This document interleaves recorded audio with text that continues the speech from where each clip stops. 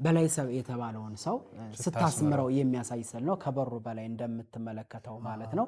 እንግዲህ መለከታቸው በቤተክርስቲያናችን ያለማቋረጥ ከቤተክርስቲያን የማይለዩ ቅዱሳን መላእክት ናቸው። ሁሉ ጊዜም ቢሆን ቤተክርስቲያን ባለችበት ቅዱሳን መላእክት ሁሉ ጊዜም ቢሆን አሉ። ስለዚህ በየትኛውም አቅጣጫ ብትዞር ይህች ስዕለ ማርያም የምትመለከተው እኛ ነው። እኔም ለኔና ለመናችንን ስንጠይቃት ሁሉ ጊዜም ቢሆን ለኛ ቀረብ መሆኗን ሁላችንም እንደምትሰማን እንግዲህ ይሄ በራሱ አንደኛው ማሳያ ነው። ስለዚህ በየትኛውም አቅጣጫ ሰላም ለእናንተ ውድ ተመልካቾቻችን፣ እነዚህ ታሪካዊ ስፍራዎቻችንን ጉብኝት እንደቀጠልን ነው። ዛሬ ደግሞ በሐመረ ኖህ ቅርጽ የተሰራው በዘመኑ ብቸኛው የኖህ መርከብ ቅርጽ የተሰራው ከዛ በኋላ በርካታ ቤተክርስቲያን ተሰርተዋል። ፋሲል ግንብ ላይ ታሪኩን ባየነውና እኔ በጣም ወደዋለሁ ባልኳችሁ በአዲያም ሰገድ ኢያሱ ዘመነ መንግስት የተሰራው ታላቁ የደብረ ብርሃን ስላሴ ቤተክርስቲያን ላይ እንገኛለን ማለት ነው። ይሄ እንግዲህ ብቸኛው በኖህ መርከብ ቅርጽ የተሰራ የነበረ በዘመኑ። ከዛ በኋላ ግን ከዚህ ዲዛይን መነሻነት በጣም በርካታ ቤተክርስቲያን በዚህ አምሳያ ተሰርተዋል። ነገር ግን በዋነኝነት ኦሪጂናሊ ይሄ ደብር ነበር ለመጀመሪያ ጊዜ በኖህ መርከብ አምሳያ የተቀረጸ። እንግዲህ እሱን ጉብኝት እንጀምራለን።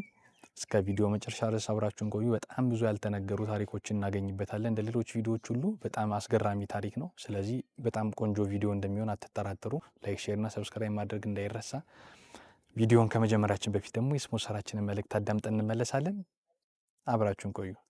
ከተማ ውስጥ ያለ ገነት፣ ከግርግር ከጫጫት የሚያመልጡበት ልዩ ስፍራ ያድሎጂ። ከመግቢያው ጀምሮ የታሪካዊቷ ሀገር ከተማ የጎንደርን መገለጫ ይዞ በሩን ከፍቶ ይቀበላችኋል። ጎንደር ውስጥ ያለ ጎንደር ፍጹም አረንጓዴ በሆነው የተንጣለለው ግቢያችን ከሚወዱት ጋር መጥተው የማይረሳ ጊዜን ያሳልፉ። ምቹና መንፈስን የሚያድስ ጸጥታ በሞላባቸው የአልጋ ክፍሎቻችን የረፍት ሰዓቱን ልዩና አድርገው ሁሌም ዝግጁ ነን።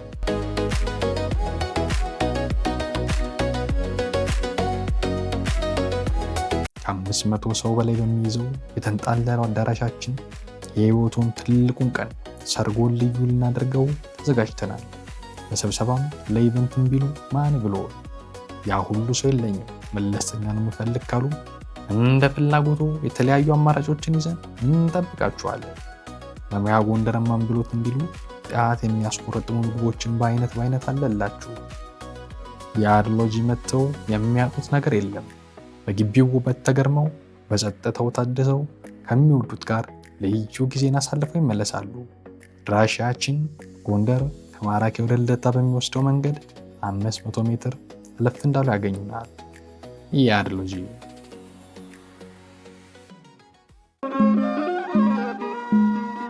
ስላሴ መታመኛዬ አምላኬ መጠለያዬ ስላሴ መታመኛዬ መንፈስ ቅዱስ አሐዱ አምላክ አሜን። እንኳን ደህና መጣችሁ። የምንገኘው በጎንደር ከተማ ከሚገኙ ጥንታዊ አድባራት መካከል በአንዱ ከመናገሻ ከቤተ መንግስቱ በምስራቅ አቅጣጫ ከሚገኘው በንግስት አድባራት ደብረ ብርሃን ቅድስት ስላሴ ውስጥ ነው ያለ ነው። ይህንን ታላቅ ቤተክርስቲያን ደገኛው ንጉስ ኢያሱ ዘግሬት ወይንም ታላቁ ኢያሱ የሚባለው አዲያም ሰገድ ኢያሱ አሰርቶታል። ከ1674 እስከ 1698 ለ24 ዓመታት አገራችን ኢትዮጵያን ያስተዳደሩ ደገኛ ንጉስ ናቸው። 24 ዓመት አገራችን ኢትዮጵያ ውስጣዊ ሆነ ውጫዊ ችግርን ተቋቁማ ሰላም የሰፈነባት የተረጋጋ አገረ መንግስት የነበረበት ወርቃማ ጊዜ ነበረ። ታላቁ ኢያሱ ወይንም ደግሞ ኢያሱ ዘግሬት እየተባለ የሚጠራው ንጉስ ኢያሱ ባስተዳደረበት ዘመን ማለት ነው። እንግዲህ ካስተዳደረባቸው ዘመናት መካከል አሁን ባለንበት በከተማችን ሁለት ታላላቅ አብያተ ክርስቲያናትን አሳንጿል። የመጀመሪያው አደባባይ ተክለ ሃይማኖት ከቤተ መንግስቱ ጎን ሲሆን፣ ሁለተኛው ደግሞ እንደዚህ የምንመለከተው ጥንታዊ ቤተክርስቲያን ደብረ ብርሃን ቅድስት ስላሴ ነው።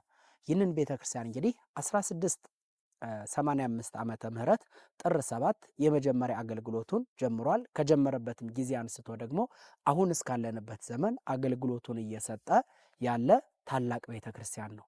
እንግዲህ ይህንን ቤተክርስቲያን ስንመለከተው ልክ እንደ ፋሲል አብያተ መንግስታት ሁሉ በጥንታዊ ወይንም ደግሞ በትልልቅ ቅጽሮች እንግዲህ ተቀጽሮ ነው የምናገኘው። ቅጽሮ ልክ እንደ ፋሲል አብያተ መንግስታት ረጃጅም የሆኑ ቅጽሮች ነው ያሉት። ይህንን ስንመለከት እንግዲህ በዙሪያው የምንመለከታቸው እንደነዚህ ያሉ 12 የእንቁላል ግንቦች አሉ።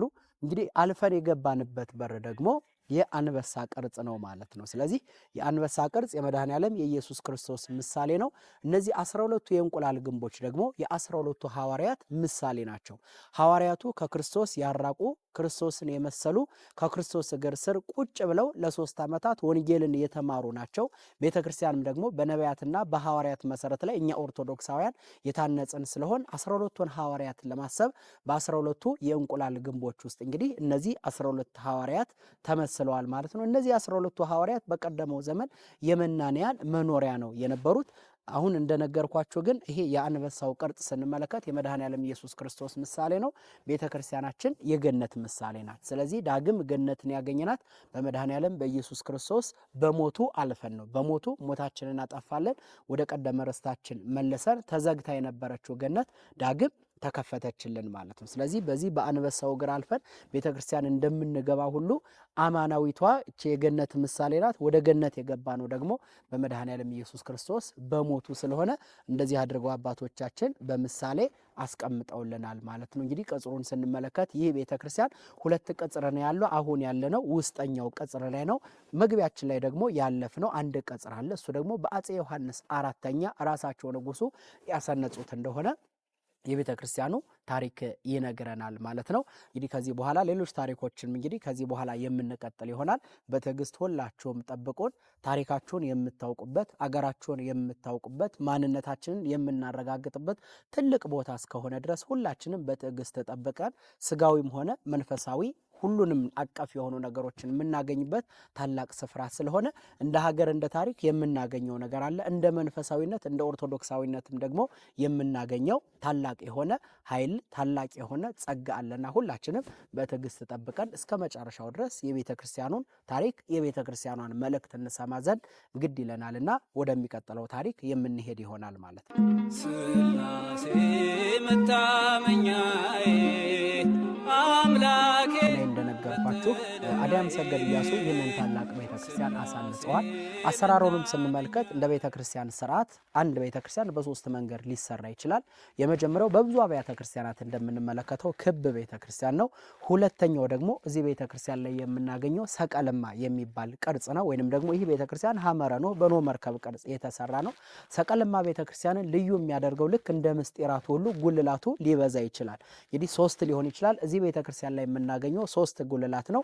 5 ልናገኝ እንችላለን። በ5ቱ ቅንዋት በ5ቱ አዕማደ ምስጢራት እንደነዚህ ባሉ ምሳሌዎች 6ም ሆኖ ልናገኘው እንችላለን። በ7ቱ ምስጢራተ ቤተክርስቲያን በሊቃነ መላእክቱም አድርገን 7 ጉልላት ሊኖረው ይችላል። 10 በ10ሩ ትእዛዛትም ሊሆን ይችላል። 12ም ደግሞ በ12ቱ ቅዱሳን ሐዋርያት ምሳሌ ተደርጎ ልክ እንደ ምስጢራቱ ጉልላቱ ሊበዙ የሚችልበት የቤተክርስቲያን አሰራር ነው። ምን የሚባለው ሰቀለማ የሚባለው የቤተክርስቲያን አሰራር። ከነዛ ውስጥ ደግሞ አንደኛው ደብረ ብርሃን ቅድስት ሥላሴ ነው። 3 ጉልላት አሉት። ለአብ ለወልድ ለመንፈስ ቅዱስ ለሶስትነት ምሳሌ ተደርገው የተቀመጡ ማለት ናቸው። ስለዚህ ይህንን ቤተክርስቲያን ከ1674 እስከ 98 ዓመተ ምህረት ይችን ሀገር ያስተዳደሯት ታላቁ ደገኛ ንጉስ በ1685 ላይ ደግሞ ይህ ቤተክርስቲያን እንግዲህ ተጀምሮ ወይንም ደግሞ ይህ ቤተክርስቲያን በ1685 ጀምሮ እንግዲህ አገልግሎቱን እየሰጠ ያለ ታላቅ ደብር እንደሆነ የቤተክርስቲያናችን ታሪክ ይነግረናል ማለት ነው። ውጩ ላይ እንግዲህ እንደነዚህ ያሉ ታሪኮችን የምናገኝ ከሆነ ወደ ውስጥ ገብተን ደግሞ ጥንታዊ ስዕላቱን አሳሳላቸው ምንድነው? ምስጢራቸውስ ደግሞ ምንድነው? አሁን እስካለንበት ዘመን የደረሱበት ምክንያት አሁን እስካለንበት ዘመን የደረሱበት ምስጢርስ ደግሞ ምንድነው የሚሉትን እንግዲህ የምንመለከት ይሆናል። አብራችሁን ቆዩ። አሁንም እንግዲህ ወንድማችን እንደነገረ ነው እየሰማችሁት እንዳላችሁት ይሄ ቤተክርስቲያን እንግዲህ ኖርማሊ ከማምለክ ወይም ለቤተክርስቲያንነት ፐርፐዝ ውጪ እንደምታዩት አገነባቡ በራሱ ሚስጥር ነው ማለት ሙሉ ብዙ የሚናገረው ነገር አለ። ፊት ለፊት ያለው አንበሳ የጌታችን መድኃኒታችን ኢየሱስ ክርስቶስ ምሳሌ ነው።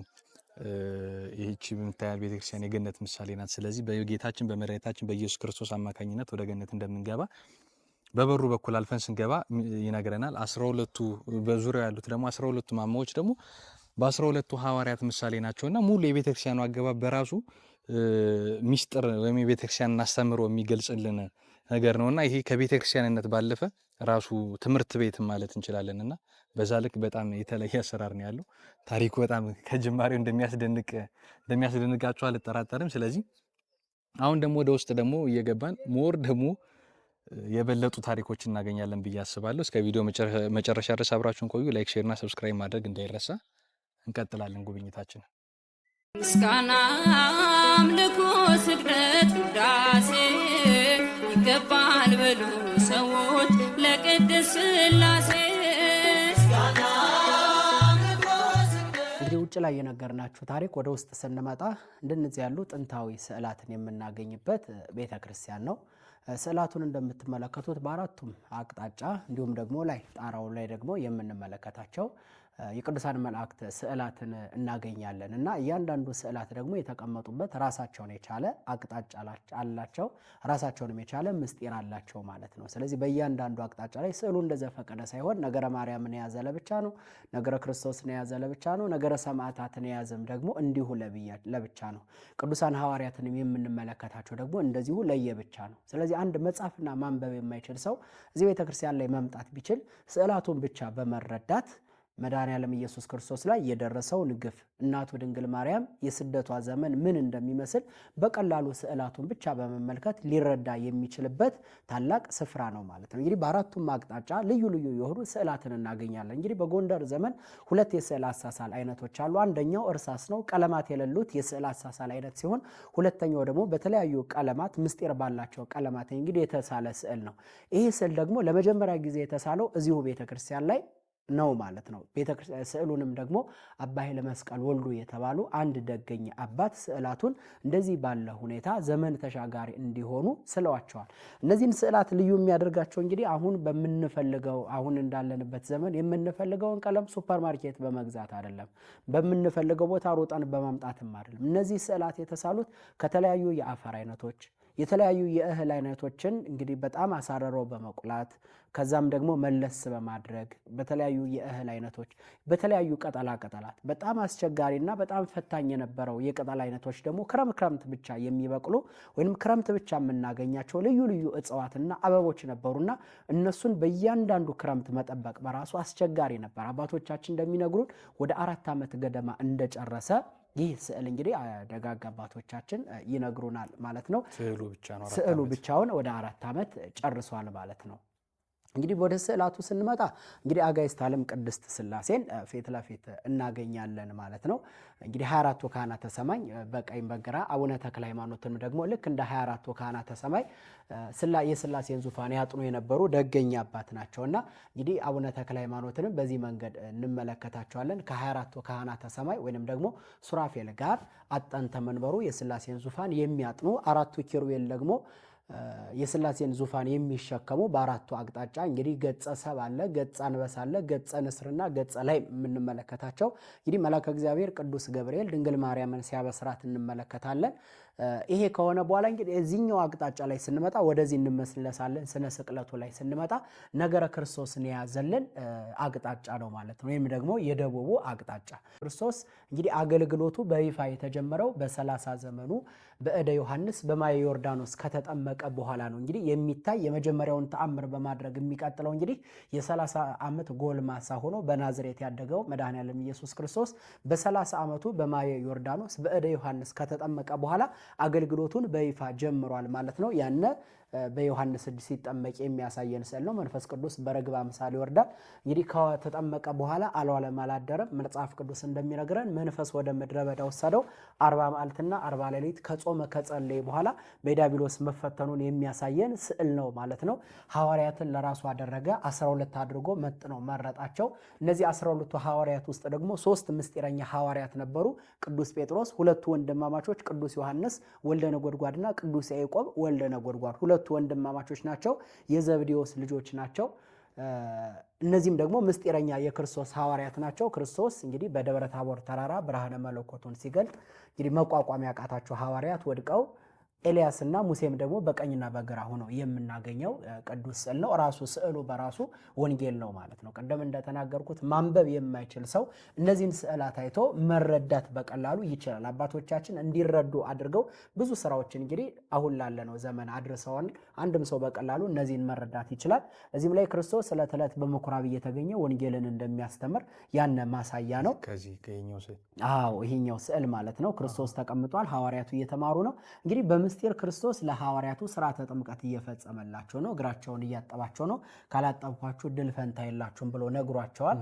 ያመነ የተጠመቀ ይድናል፣ ያላመነ ያልተጠመቀ ግን ይፈረድበታል ብሎ ራሱ ክርስቶስ ነግሮናልና ይህ በራሱ ምስጢር ነው። ለሐዋርያቱ ሥርዓተ ጥምቀት ተፈጽሞላቸዋል። እንግዲህ የሐሙስ ሥርዓትንም እዛ የምንመለከተው ይሆናል። የሐሙስ ሥርዓት ለደቀ መዛሙርቱ በሐዲስ ኪዳን ስለ እናንተ የሚቆረሰው ሥጋዬ ይህ ነው የሚፈሰውም ደሜ ደግሞ ይህ ነው ብሎ እንግዲህ ለሐዋርያቱ ምን አድርጓቸዋል? የሐሙስን እራት አዘጋጅቶላቸዋል።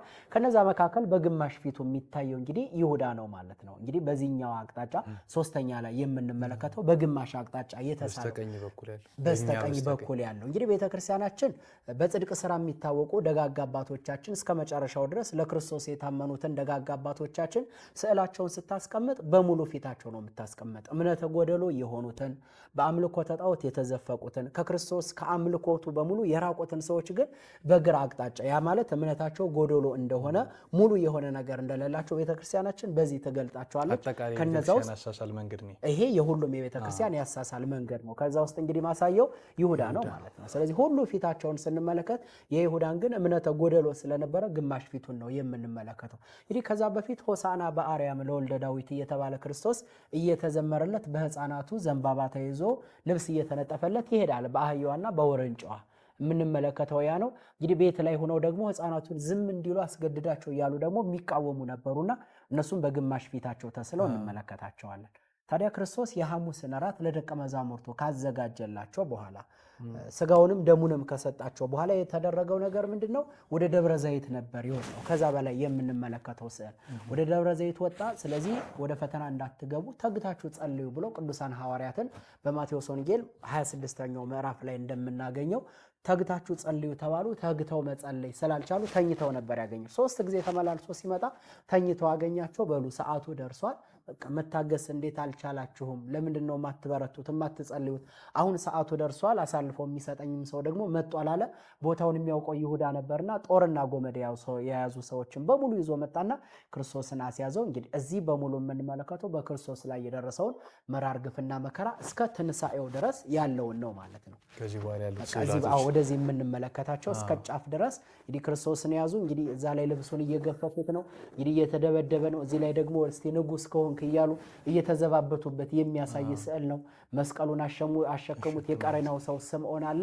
ከዛም ክርስቶስን እንግዲህ መስቀል ላይ ሊሰቅሉ እንግዲህ በቀኖት እየቸነከሩት ነው። እንግዲህ ሁሉንም ሰቃልያነ ጊዜ ስትመለከታቸው ግማሽ ግማሽ ፊታቸው ነው ያለ እምነተ ጎደሎ ስለሆኑ ነው። እንግዲህ ክርስቶስን እንግዲህ ያንን ካነሳን በኋላ ወደዚህኛው ስዕል ወደ መሐለኛው ስዕል ነው የምመልሰ ማለት ነው። ስነ ስቅለቱን በስፋት የሚያሳየን ስዕል እዚህ ላይ ስለሆነ ማለት ነው። ምክንያቱም መድኃኔዓለም ኢየሱስ ክርስቶስ በስቅለቱ ሰዓት ቤተክርስቲያናችን ስትገልጠው ከ6 ሰዓት እስከ 9 ሰዓት ባለው እነ ቅዱስ ማርቆስ ወንጌላዊ ደግሞ ከ3 ሰዓት ጀምሮ ብሎ ያስቀምጣሉ።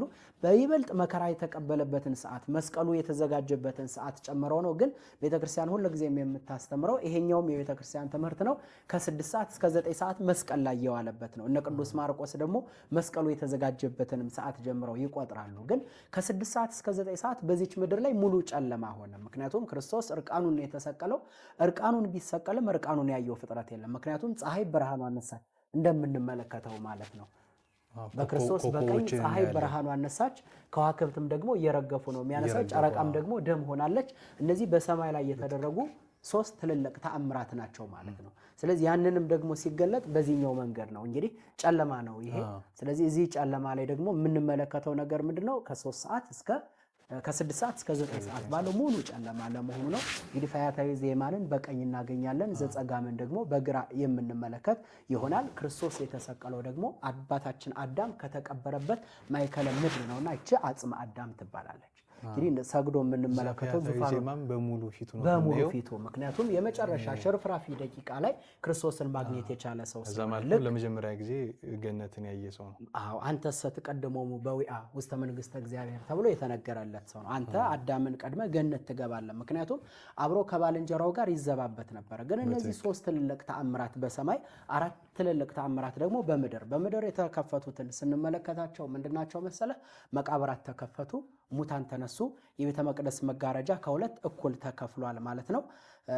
አለቶችም ደግሞ ተሰነጣጥቀዋል። ስለዚህ ሙታን እየተነሱ መስክረዋል። እነዚህ ሙታን በእነሱ እንግዲህ የሚታወቁ ነበሩ።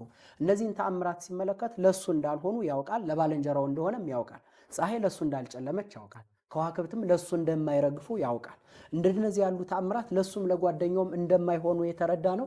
ከመካከላቸው ያለው ግን ይሄ ነገር እንደሚገባው ስላወቀ እኛ በኃጢአታችን እርሱ ግን ያለ በደሉ እኛ ይገባናል፣ እርሱ ግን አይገባውም እንደዚህ ያለ መከራ። ስለዚህ እግዚአብሔርን አትፈራም እያለ ጓደኛውን ይገስጽ ነበር። ታዲያ ወደ ክርስቶስ ዞሮ ጌታ ሆይ በመንግስት በመጣህ ጊዜ አስበኝ ብሎ ተናገረ። ክርስቶስም አንተሰ ትቀድሞ በዊአ ውስተ መንግስተ እግዚአብሔር፣ ዛሬ በገነት ከኔ ጋር ትኖራለህ አለው። ደመ ማኅተሙን ይዞ የመጀመሪያው ገነት የገባው ታላቅ ሰው ነው፣ ፈያታዊ ዘየማን። ስለዚህ ፈያታዊ ዘየማንን በመስቀል ላይ ሆነ እንዳሰብከው እኛንም አስበን እያለች ቤተክርስቲያን በእያንዳንዱ ቀን የእሱን ስም ሳትጠራ አትውልም። ምክንያቱም በቃ ተስፋ ለመቁረጥን በትንሽ በምናገኛት ደቂቃ ወደ ክርስቶስ መቅረብን ያስተማረን ታላቅ ሰው ስለሆነ እንግዲህ ቤተክርስቲያናችን በዚህ መንገድ ግልጥ አድርጋ አስቀምጠዋለች ማለት ነው። እንግዲህ አድያም ሰግድ ኢያሱን ንጉስን ነው የምንመለከታቸው። ስለዚህ ሰግደው እንግዲህ ከድንግል ማርያም ስዕል ላይ የምናገኛቸዋለን፣ ከስቅለቱ ላይ የምንመለከታቸዋለን። መድኃኔዓለም ኢየሱስ ክርስቶስ ላይ ያሉት ከላይ እና አጽመ አዳም ላይ እንግዲህ ክርስቶስ እንግዲህ ዳግማዊ አዳም መድኃኔዓለም ክርስቶስ ነውና አዳም ከተቀበረበት ቦታ ላይ ሆኖ አዳምን ከራሱ ጋር አስታርቆታል፣ ወደ ቀደመ ርስቱም ደግሞ መልሶታል። ስለዚህ ስነ ስቅለቱን ይህንን ነው የምንመለከት። ከ3 ሰዓት ቅድም ባልኩ አንድም ደግሞ ከ6 ሰዓት እስከ 9 ሰዓት ተደርጎ ሲቀመጥ 9 ሰዓት ላይ እንግዲህ ነፍሱ ከስጋው ተለይታለች። እዛ ላይ እንግዲህ ዮሴፍና ኒቆዲሞስ ወደዚህ እንኳን ስንመለስ ዮሴፍና ኒቆዲሞስ እንግዲህ ከጲላጦስ ጋር ተነጋግረው የክርስቶስን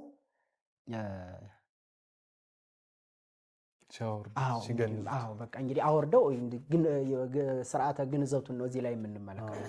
ክርስቶስን እየገነዙ ነው። ክርስቶስ እንግዲህ ከተገነዘ በኋላ በአዲስ መቃብር እንደምታየው እየቀበሩት ነው። ዮሴፍና ኒቆዲሞስ ናቸው። እንግዲህ እናቱ ድንግል ማርያም አለች። እዚህ ላይ እንግዲህ መቃብር ጠባቂዎች ናቸው። እስኪ የመጨረሻዋ ስዕል ላይ የምትመለከታት መቃብር የሚጠብቁ ናቸው፣ የተኙ ናቸው። እዚች ጋር ደግሞ እንደምትመለከታት ማርያም መግደላዊት ሽቷን ይዛ ወደ ክርስቶስ ወደ ትሄድ ከዛ በኋላ እንግዲህ የክርስቶስን ትንሣኤውን የምንመለከተው ይሆናል። ከትንሣኤው ቀጥሎ ደግሞ በ40ኛው ቀን ክርስቶስ አረጓልና ያዛም ላይ ደግሞ እርገቱን እንግዲህ የምንመለከተው ይሆናል። ክርስቶስ እያረገ ነው። ድንግል ማርያም አለች፣ 12ቱ ሐዋርያት በቀኝ በግራ አሉ። ይሁዳ ደግሞ አልሞተም ነበርና ወገቡን ይዞ የምንመለከተው ይሁዳ ነው። አንጀቱ ተዘርግፎ ሞተ ነው የሚለንና በዛም የምንመለከተው ይሁዳ ወገቡን ይዞ የቆመው ማለት ነው። ስለዚህ የሐዋርያት ሥራ እንደሚነግረን አንጀቱ ተዘርግፎ ሞተ ነው የሚለን ማለት ነው። ይህንን ካየን እንግዲህ ወንጌልን ለዓለም ያዳረሱ ቅዱሳን ሐዋርያት እንግዲህ እነ ቅዱስ ጴጥሮስ እነ ቅዱስ ሌሎችን ቅዱሳን አባቶችን የምንመለከት ይሆናል።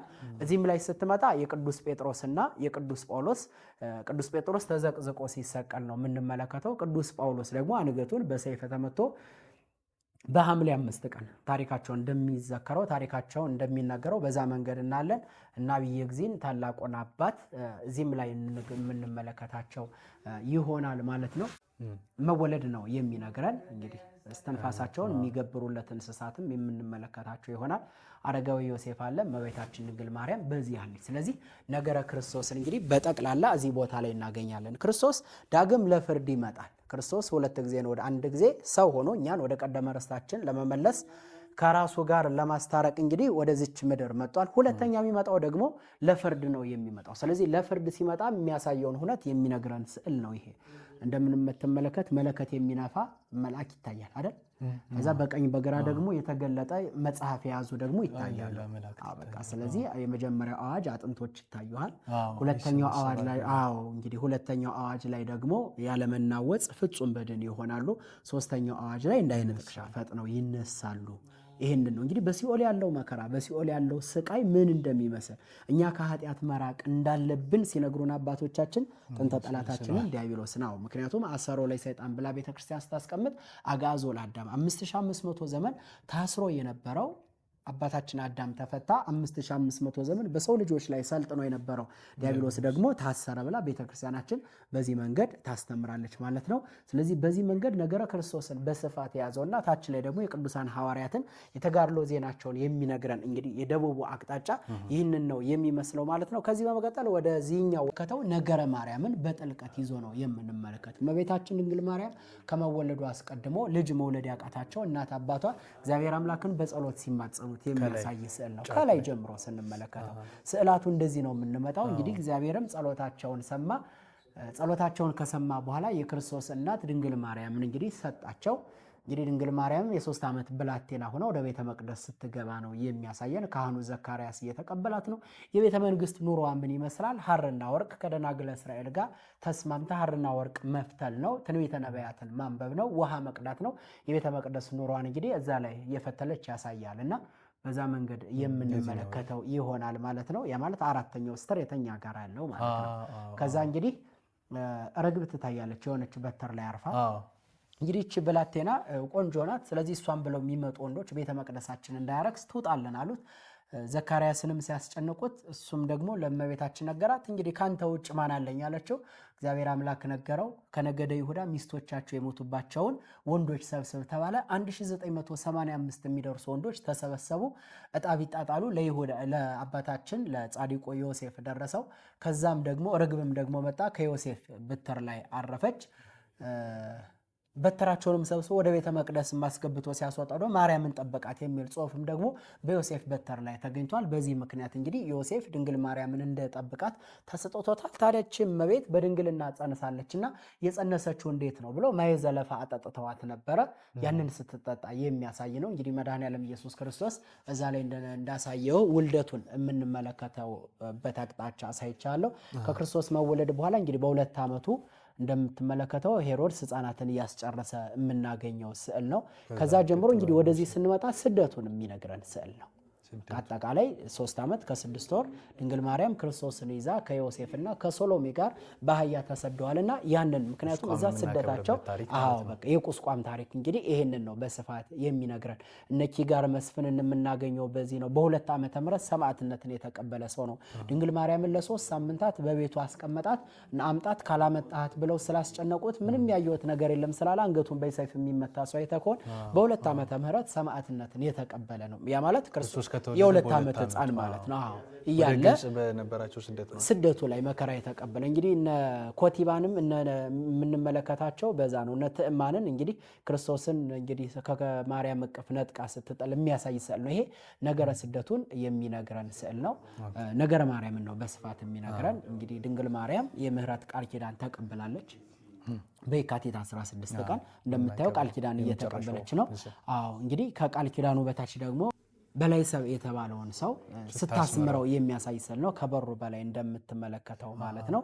እንግዲህ ሞቷን ከአምፖሏ በላይ ድንግል ማርያም የ64 ዓመት ሰው ሆና እንግዲህ ነፍስ ከስጋ ተለይቷል። እንግዲህ እዛም ደግሞ ትንሳኤዋን እንደምትመለከተው ነው። እንግዲህ በትንሳኤዋ አስተውለህ ከሆነ በቅዱሳን መላእክት ታጅባ ሰው አለ መጨረሻ ላይ ከላይ ያ ደግሞ ሐዋርያው ቅዱስ ቶማስ ሀገረ ስብከቱ ህንድ ነውና ህንድ አስተምሮ ሲመለስ ድንግል ማርያምን አግኝቷታል።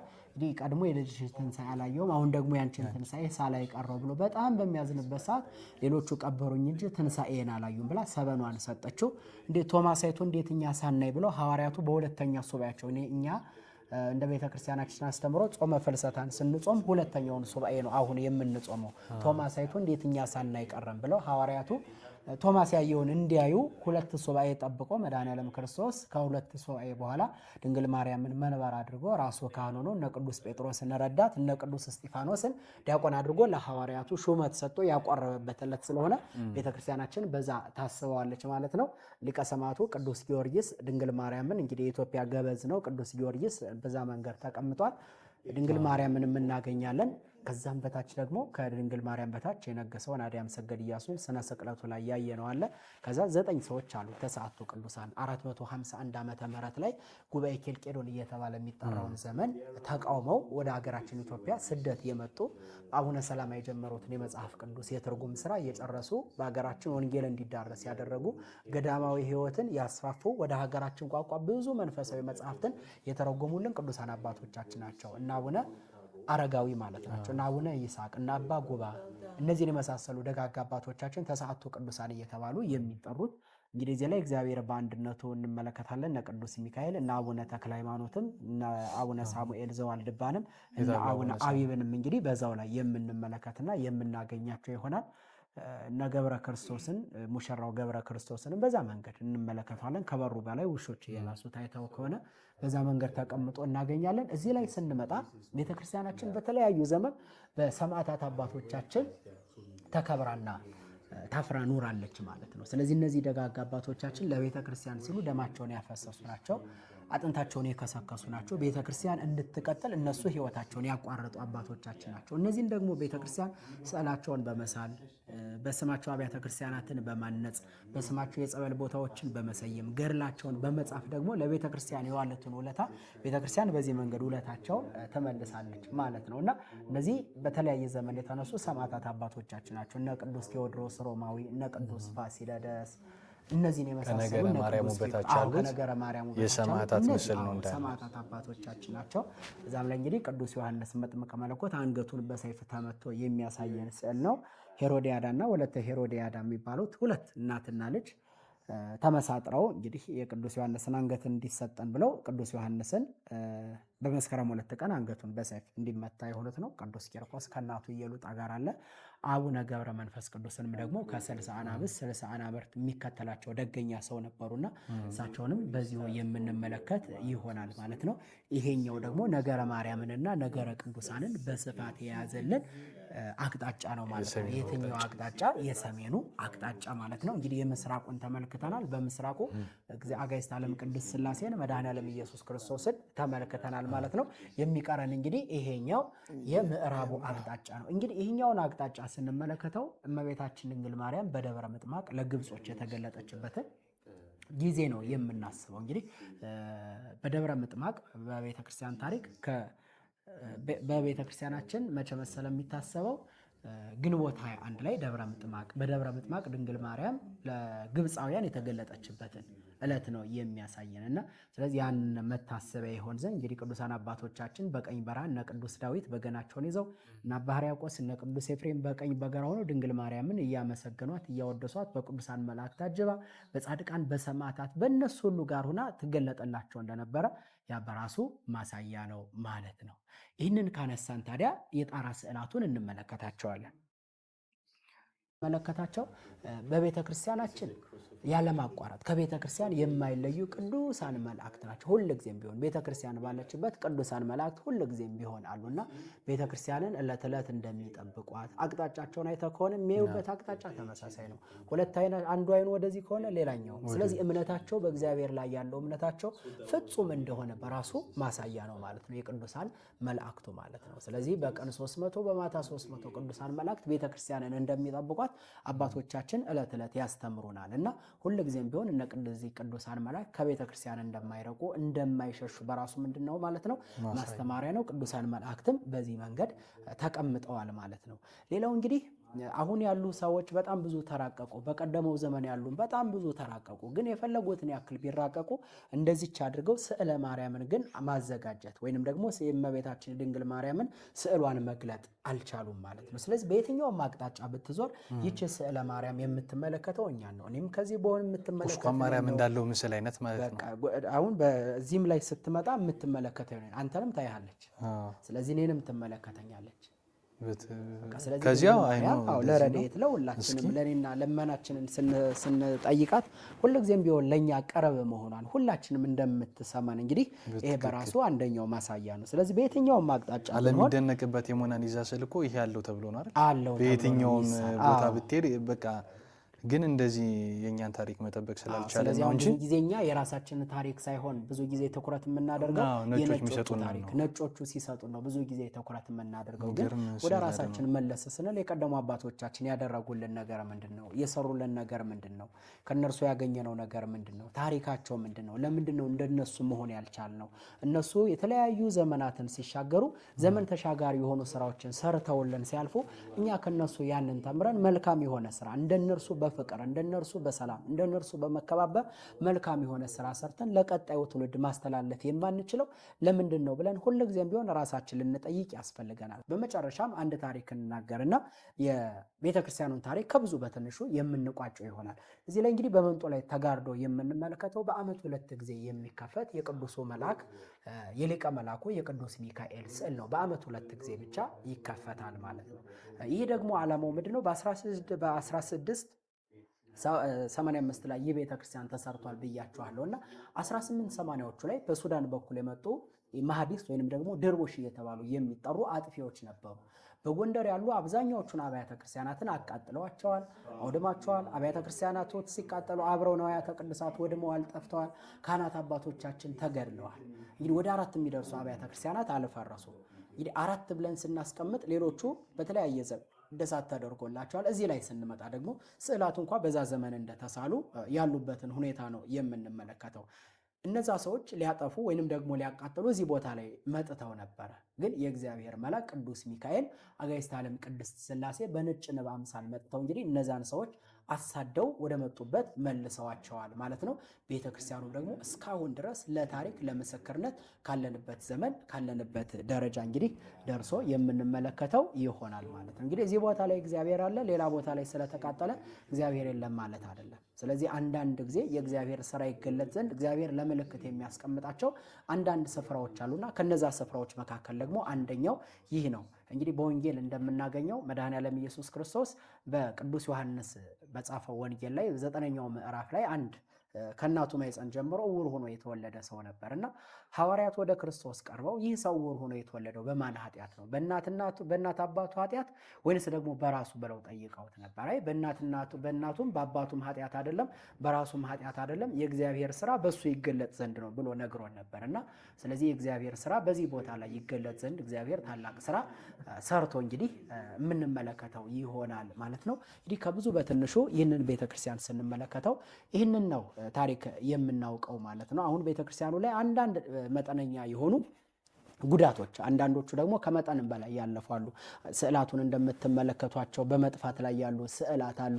እዛም ላይ ስትመለከቷቸው እየደበዘዙ ያሉ ስዕላት አሉ እና አሁን ባለንበት በዘመናችን ደግሞ ቤተክርስቲያኑ ልዩ ልዩ የሆኑ እድሳት ሊደረግለት ዝግጅት ላይ ነው ያለው እና ሁላችሁም በምትችሉት እንግዲህ በጸሎት ማገዝ የምትችሉ ከሆነ እግዚአብሔር አምላክን እንግዲህ ብርታቱን ለሌሎቹ እንዲያዛቸው የኛ ጸሎት እንግዲህ ገንዘብ ላላቸው ሰዎች ወደዚህ ቦታ እንዲመጡ መንገድ ይሆናልና ልንበረታ ልንጸልይ ያስፈልጋል። አቅም ያለንም ደግሞ በጉልበታችን ገንዘብ ያለንም ደግሞ በገንዘባችን አድርገን ይህንን አባቶቻችን የሰጡንን ሰርተው ያስረከቡንን እኔና እናንተ ደግሞ አድሰን ወደ ቀጣዩ ትውልድ የምናስተላልፍበት ጊዜ እንዲመጣልን እግዚአብሔር አምላክን በጸሎት ልንጠይቀው ያስፈልጋል ማለት ነው። እስከዚች ሰዓት እስከዚች ዕለት የጠበቀን የአባቶቻችን አምላክ ልዑል እግዚአብሔር ነው። ይህንን እንድናውቅ እንድንረዳ እንድንማር እንድንመራመር ያደረገን ቅዱስ እግዚአብሔር ነውና እስከዚህ ሰዓት የጠበቀን የአባቶቻችን አምላክ ልዑል እግዚአብሔር ስሙ የተመሰገነ ይሁን። በአባቶቻችን ዘመን ታላላቅ ስራዎችን ሰርቷል። በእኛም አድሮ እንግዲህ እግዚአብሔር አምላክ ስራውን እንዲሰራ እስከ መጨረሻው ድረስ እንዲጠብቀን እኛም እስከ መጨረሻው ድረስ በዚች ቅድስት ቤተክርስቲያን ጸንተን እግዚአብሔር አምላክን የሚያስደስተውን ሕይወት ብቻ ገንዘብ አድርገን እንድንኖር እግዚአብሔር አምላክ ይርዳን። እንግዲህ እስካሁን ስለተከታተላችሁኝ ከልብ አመሰግናለሁ። ያስተማረን እግዚአብሔር ነው። እግዚአብሔር በድጋሚ ስሙ የተመሰገነ ይሁን። እግዚአብሔር ይስጥልኝ። ቆንጆ ቆይታ ነበር። በጣም እኔ አመሰግናለሁ። እንግዲህ እኔ ምንም እጨምርላችሁ ነገር የለም። ሙሉ ታሪኩን ወንድማችን ታሜ ነግሮናል። ከበቂ በላይ በደንብ ቆንጆ አድርጎ ነው ያብራራው። ይህን ስዕል አብዛኞቻችን እናውቋለን በተለያየ ሚዲያ። ስለዚህ ይሄ ስዕል ያለበት ስፍራ እዚሁ ደብረ ብርሃን ሥላሴ ነው። እንግዲህ ቆንጆ የሆነ ገለጻ ነበረው። ቆንጆ የሆነ ታሪክ ሰምተናል። ከታሪክም አልፎ ቆንጆ የሆነ አስተምሮ አይተናል። ከዛም በተጨማሪ ደግሞ እዚህ ላይ ያሉ ስዕላቶች በሙሉ የቤተክርስቲያንን አስተምሮ እኔ ቅድም ግቢውን እንደነገርኳችሁ ግቢውንም አሳይቻችሁ ነበር። ግቢው በራሱ ትምህርት ነው፣ ሚስጥር ይናገራል ብዬ ነበር።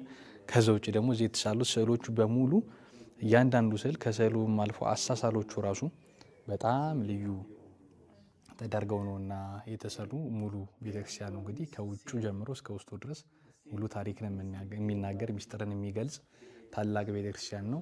እንግዲህ ከ44ቱ ታቦታት ውስጥ አንዱ ነው። ከ40ው ሲቃጠል ለምልክት ካልተቃጠሉት አንዱ ደብር ነውና በደብረ ብርሃን ሥላሴ እንግዲህ ያለን ቆይታ እየቀጠለ ነው። ግቢውን እንይና እንጨርሳለን። ውስጡ ላይ ያለው አብዛኛው ታሪክ በደንብ በቆንጆ ሁኔታ ተገልጾልናል። ስለዚህ የተወሰነ የግቢውን ሁኔታ እንይና ግቢው ላይ ያሉ ታሪኮችን ሰምተን ቪዲዮአችንን እናጠናቅቃለን። ትንሽ ብቻ ነው የቀረን። ላይክ፣ ሼር እና ሰብስክራይብ ማድረግ እንዳይረሳ። አብራችሁን ቆዩ። ስላሴ መታመኛዬ አምላኬ መጠለያዬ ስላሴ መታመኛዬ። እንግዲህ ከታያችሁ አላቅም ይሄኛው ምን ፊት ለፊት ያለው ይሄ ማማ የሚመስለው ነገር የእንቁላል ግንቦቹ ማለት ነው። ዶም ያላቸው ቅድም እንደነገርናችሁ በ12 ሐዋርያት 50 የተሰሩ 12 ዶሞች ናቸው። እነዛ ለ12 ባህታውያን መጸለያነት ያገለግሉ ነበር በሰዓቱ። አሁን ግን እንደምታዩት ወደዚህ ጠጋ ብዬ ላሳያችሁ። እዛም ጋር ያለው ፊት ለፊትም ያለው እንደምታዩት፣ በዚህ በኩልም ያለው ላይኛዎቹ ፈርሷል። ስለዚህ ቅድም ወንድማችን እንደገለጸልን አሁን ቤተክርስቲያኑ ከስዕላቱ ጀምሮ እነዚህ የፈረሱትን ከማስጠገንም እንዲሁም ሙሉ የግቢው ስራ ጥገና ያስፈልገዋልና ቅድም እንደገለጸልን ጥገናው በቅርቡ ይጀምራል። ጥገና ያስፈልገዋል። ውስጡ ስዕላቱም የተጎዱ ስዕላቶች አሉ። ከዛ በተረፈ ደግሞ እነዚህ ያየናቸው የምናያቸውና ግቢውም ላይ ደግሞ የተለያዩ የምታዩት ልክ እንደዚህ የመሳሰሉ የፈራረሱ ቅርጾች አሉና ይሄ በእነ አፄ ፋሲለደስ ዘመን ማለት ከአፄ ፋሲለደስ የልጅ ልጅ በታላቁ ዘግሬት ኢያሱ በምንለው ወይም በአዲያም ሰገድ ኢያሱ አማካኝነት የተመሰረተ ቤተክርስቲያን ነውና በጣም በጣም በጣም ታሪካዊ ጥንታዊ ቤተክርስቲያን ነው። በኖህ መርከብ አምሳያ የተሰራ ሙሉ ለሙሉ ከመግቢያው ጀምሮ እስከ መውጫው ድረስ ሚስጥራትን የሚገልጽ በጣም ታላቅ ደብር ነው። ስለዚህ በቅርቡ እድሳቱ ይጀመራል። አካውንቶችን አስቀምጥላችኋለሁ ከታች እኔም አስቀምጥላችኋለሁ። ዲስክሪፕሽን ላይም እንደዚሁ አካውንትን አስቀምጥላችኋለሁ። በጸሎት ማገዝ የምትችሉ በጸሎት አግዙ። ስለዚህ በቅርቡ እድሳቱ ይጀመርና ደግሞ ወደ ቀደመ ግርማው ተመልሶ ወደ ቀደመ ውበቱ ደግሞ ተመልሶ እናያለን ብዬ በቅርቡ በደንብ ተስፋ አደርጋለሁ። ስለዚህ በቅርቡ እድሳቱ ተጀምሮ ከእድሳቱ ፍጻሜ በኋላ ደግሞ ተመልሼ የዚህ ቦታ ቪዲዮ ሰራላችኋለሁ። ነገር ግን እድሳቱ ይጀምራል። እድሳቱ በጣም አስፈላጊ ስለሆነ በማስቀምጥላችሁ አካውንት የቤተክርስቲያኑ አካውንት ነው። ስለዚህ በማስቀምጥላችሁ አካውንት የተቻላችሁን በስላሴ ስም ማድረግ ትችላላችሁ። ሁላችንም የተቻለንን አድርገን በምንችለው በጸሎትም ጭምር አግዘን ተጋግዘን ተሽሎ እንግዲህ ተአድሶ ተስተካክሎ በቅርቡ እናያለን የሚል ተስፋ አለን። እግዚአብሔር ያውቃል። እንግዲህ ይሄው እንግዲህ አሁን ደግሞ ሙሉ ቤተክርስቲያኑን ዙረን እያየን ነው። ስለዚህ ዙረን አሁን ፊት ለፊት የምታዩት እንግዲህ የገባንበት በር ነው። ቤተክርስቲያኑን ዙረን የማየት እድሉን አግኝተን እየዞርን እንገኛለን። ስለዚህ ቤተክርስቲያኑ እንግዲህ ይህንን ይመስላል። እንደዚህ ውብ ነው። ይሄ ከእድሳቱ በኋላ የሚኖረው እይታ ይሆናል ተብሎ የሚጠበቀው ነው። በዚህ በኩል የምታዩት በስተቀኛችን በኩል ግቢው እንግዲህ እንደዚህ ይሆናል ተብሎ ነው የሚገመት። ስለዚህ የተጎዱ ቅርሶች በግራ በኩል አሉ። እነሱ ታድሰው እንግዲህ ወደዚህኛው ይዘት ይመለሳል ብለን ነው የምንጠብቀው። ስለዚህ ከታች እንደምታዩት የኢትዮጵያ ንግድ ባንክ፣ የአህዱ ባንክና የአቢሲኒያ ባንክ አካውንቶች የቤተ ክርስቲያኑ የራሱ ተቀምጦለታል። የንግስት አድባራት ደብረ ብርሃን ቅድስት ሥላሴ የቤተ ክርስቲያኑ አካውንቶች ናቸው። በጽሁፍ የምናስቀምጥላችኋለን፣ ዲስክሪፕሽን ላይ የምናስቀምጥላችኋለን። ስለዚህ ሼር በማድረግ የተቻላችሁን እንድታረጉና ታድሶ ደግሞ ወደዚህ ወደ ምናየው ወደ ቆንጆ እይታ ተመልሶ እንደምናየው ተስፋ እናደርጋለን። ስለዚህ ድጋፋችሁ አይለየን ለማለት እወዳለሁ።